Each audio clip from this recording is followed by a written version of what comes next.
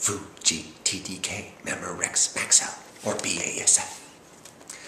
Hi guys, it is Wednesday, and FilmSpeak's James Cameron series is about to post a video on Titanic, so I'm a little behind.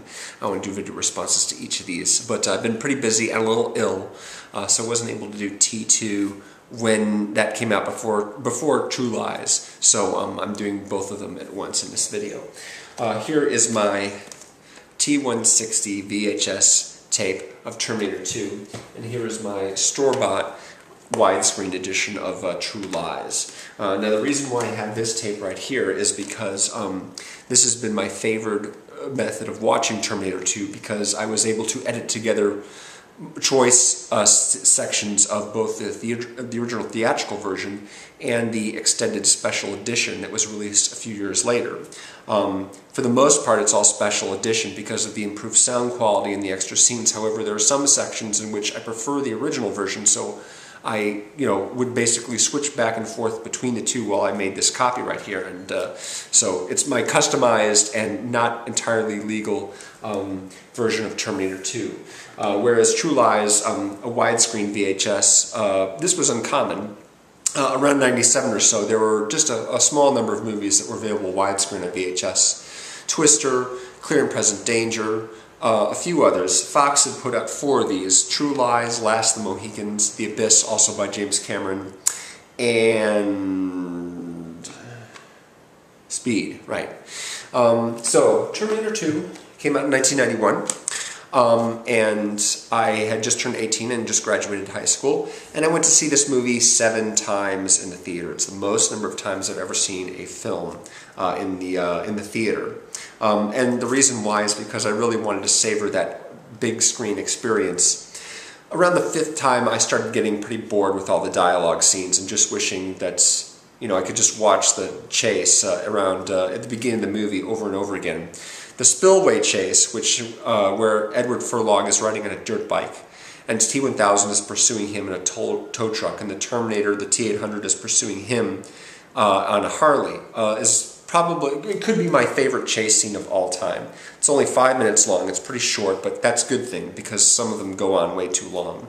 The music is really great. One of my favorite moments of it is when they're driving down this dried up water canal, the spillway, and the tow truck swipes a carcass of an automobile sitting there and fishtails for a little bit, but keeps barreling on.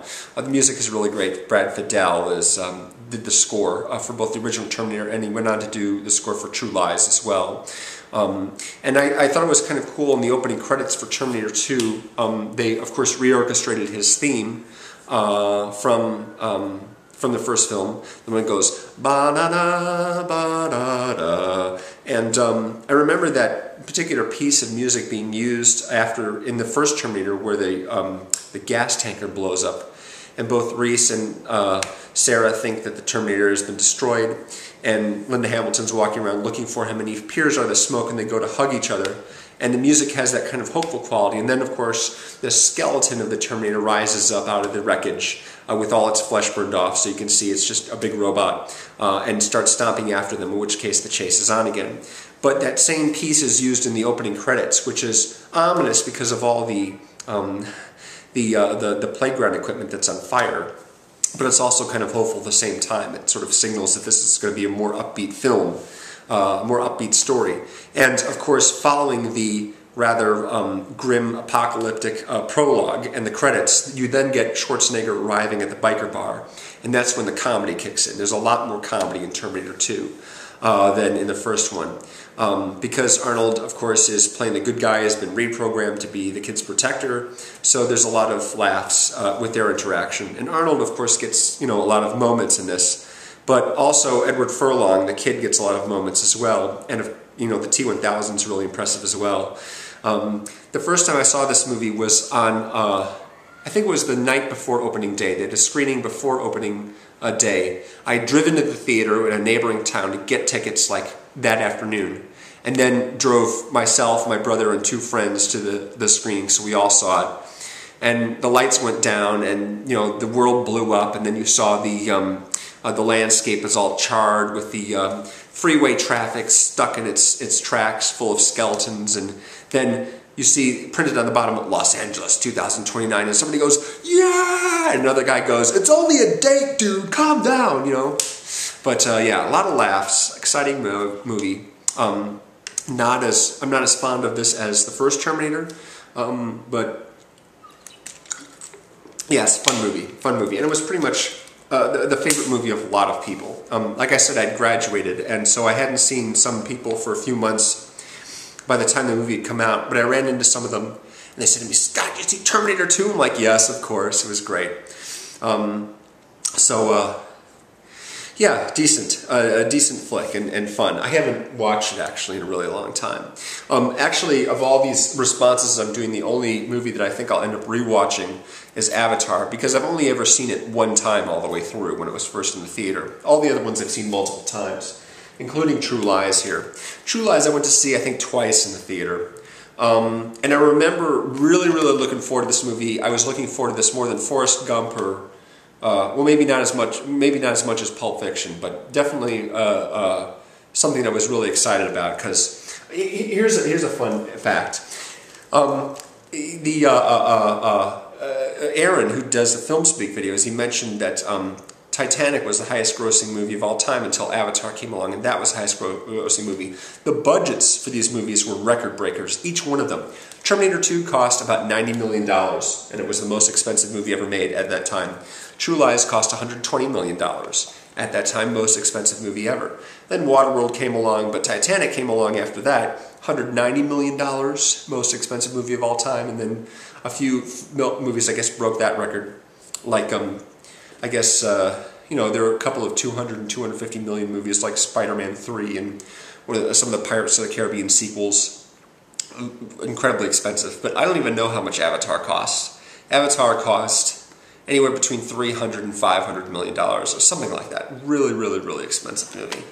And it makes sense that Cameron now wants to make another 2 Avatar movies just so that he doesn't have to spend huge amounts of money developing all new characters and effects. He can just reuse a lot of the data that he already put together for the first Avatar movie in the sequels. You know, instead of reusing actors and sets and props, he reuses data. So True Lies, 1994. And I actually was pretty bored by a lot of this movie. The plot involving Schwarzenegger chasing around the terrorists that are trying to acquire nuclear weapons just bored me silly. You know, honestly, I mean, who cares? Is Arnold going to stop them? Is he going to allow an American city to be blown up? Is he going to kill every single one of these guys? Of course he is. It's a no-brainer. The real meat of the movie for me was his relationship with Jamie Lee Curtis, and a lot of critics call that a subplot. I'm like, no, that's the real plot. The real plot is his relationship with his wife, because he's keeping the fact that he's a government agent from her. So when she discovers this, he has to A, tell her the truth, and B, protect her, and incorporate her into his escapades. I like Jamie Lee Curtis a lot. I like Tom Arnold a lot in this movie. He's really funny. But yeah, all that stuff really was the highlight of the movie for me, and not the chasing around. The scene where Schwarzenegger's on horseback chasing the terrorist. Excuse me, my throat's still a little scratchy. I've been sick. That scene was pretty boring. It went on for a long time. I thought it was really boring. The scene where Jamie Lee Curtis is trapped in the runaway limbo, running along the bridge in the Florida Keys, and Schwarzenegger is leaning on a helicopter trying to rescue her. That went on a really long time. I thought that was pretty boring too. The big payoff was at the end, because the scene at the end where he's trying to rescue his daughter from the top of a Miami skyscraper in a hovering jet, in a Harrier vertical takeoff jet, was so outrageous, so completely ridiculous that I just thought it was one of the funniest things ever and really exciting. Yeah, just you know, I mean, exciting, yes, but more silly and outrageous and funny than like tense and suspenseful, you know. And the last bit, you know, with firing the rocket through the building, that was just crazy. It was like something out of a Coen Brothers movie, like Raising Arizona. Yeah, I was delighted by that. So I went back to see the movie a second time, pretty much just for that last scene right there.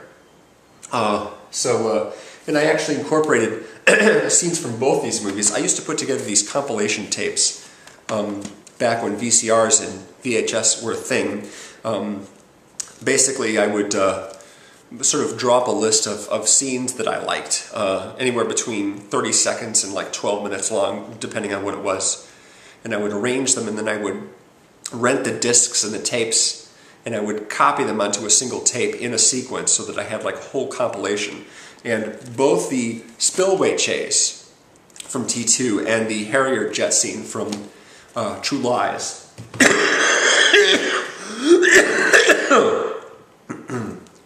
made that tape. They were both on that tape, along with scenes from Die Hard and Raiders of the Lost Ark and The Road Warrior, and you know, a few others like that, Strange Days, what have you. So the next one's going to be Titanic, and Aaron said that he's posting that today, so I wanted to get this up before then because I've been behind on that. Apologize for slacking a little bit, but like I said, I haven't been feeling well and I've been pretty busy. Thanks for watching, guys, and there's a link, of course, below to the True Lies video that Aaron did. So thanks for watching, and I'll see you later. You take it easy. I'll see you later. Bye.